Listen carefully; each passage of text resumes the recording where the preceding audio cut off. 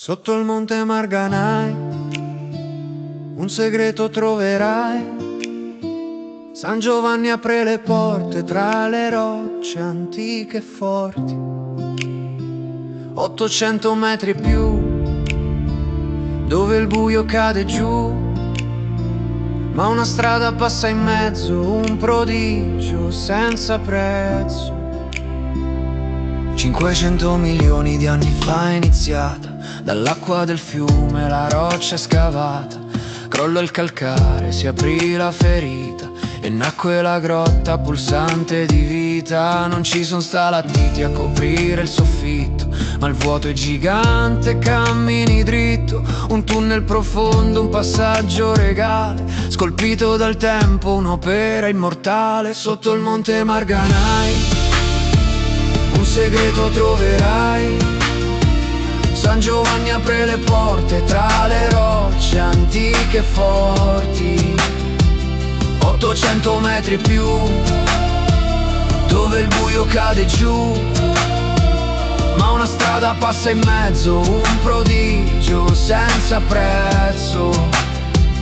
A metà dell'800 cambiò il suo destino, per il legno e le miniere si fece il cammino. I carri passavano, poi venne l'asfalto, un'auto nel buio faceva un balzo. Ma dal 99 il silenzio è tornato, il traffico fuori, il monumento è salvato. Oggi a piedi si va tra le luci e i canali, sentendo i respiri dei tempi ancestrali. E se cerchi su stampo il rifugio perfetto di Pireddu il bandito, che lì fu protetto tra le vasche d'acqua e l'eco che va, la grotta ti svela la sua maestà.